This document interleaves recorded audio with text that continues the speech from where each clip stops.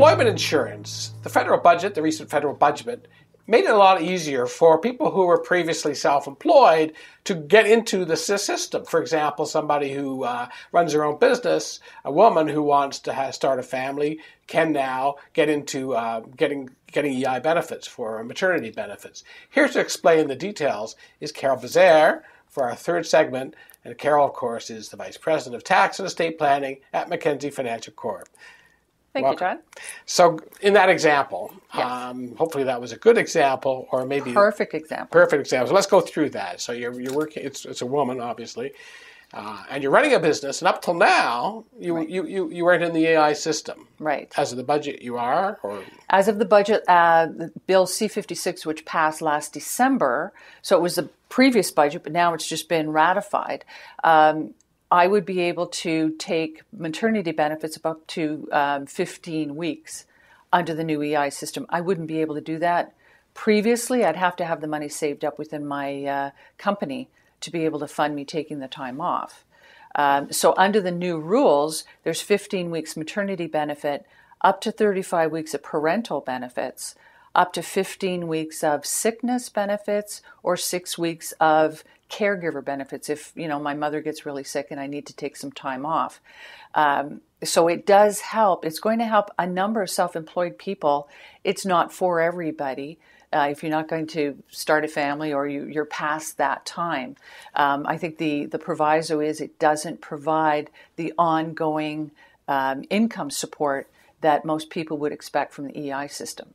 I was going to say that if you're a male, obviously being pregnant is not one of the options. But of course, males could still have parental leave. Parental leave if you're an employee. So why Right. not if you're running your own business? Right. But in one of your examples, I guess in advisor.ca, you wrote about basically somebody is self-employed, but they're paying themselves like an employee. They're drawing a salary from their own corporation. Right. In that situation, were they already qualifying for EI anyway?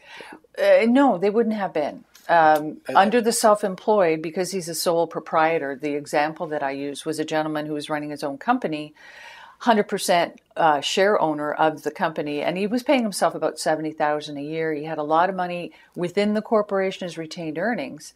Paying the $747 a year for EI and never claiming seems to be a waste. I mean, if he's already got disability insurance, he's already got enough money saved in the corporation, kind of seems like a lost cause. Is he it doesn't optional? really need it.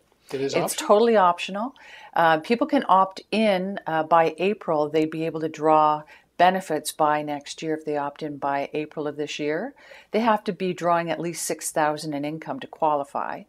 But once you do take a benefit, for instance, our first example where maybe someone went off on maternity leave and did take the 15 weeks, once you opt into the program and take a benefit, you have to continue that for as long as you're self-employed. So there's a couple of sticky points in there. Oh, so what you gain when you first have the parental leave, down the road when the children are grown up, you may regret having to pay out $700 a year in EI. Exactly, because it's 1.73% of your salary coming out.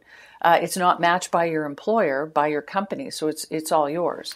It's a thinking point whether or not you want to get the benefits, or you think you're going to use the benefits, or you're just going to pay in to bump up the system for somebody else to take them. It's a bit like CPP, isn't it? This doesn't talk about CPP, but Right. It's a similar idea, whether you can pay into your CPP or not. No, CPP is self-employed. You have to pay both sides. You pay the employer and the employee side. So CPP, under law, you have to pay, but EI was always optional. Got it. Yeah. Well, thank you very much, Carol Bazaire, Vice President of Tax and Estate Planning at Mackenzie Financial Corp. And next time, in our last segment, we're going to talk about an interesting charity wrinkle on the tax-free savings accounts. Thanks, John.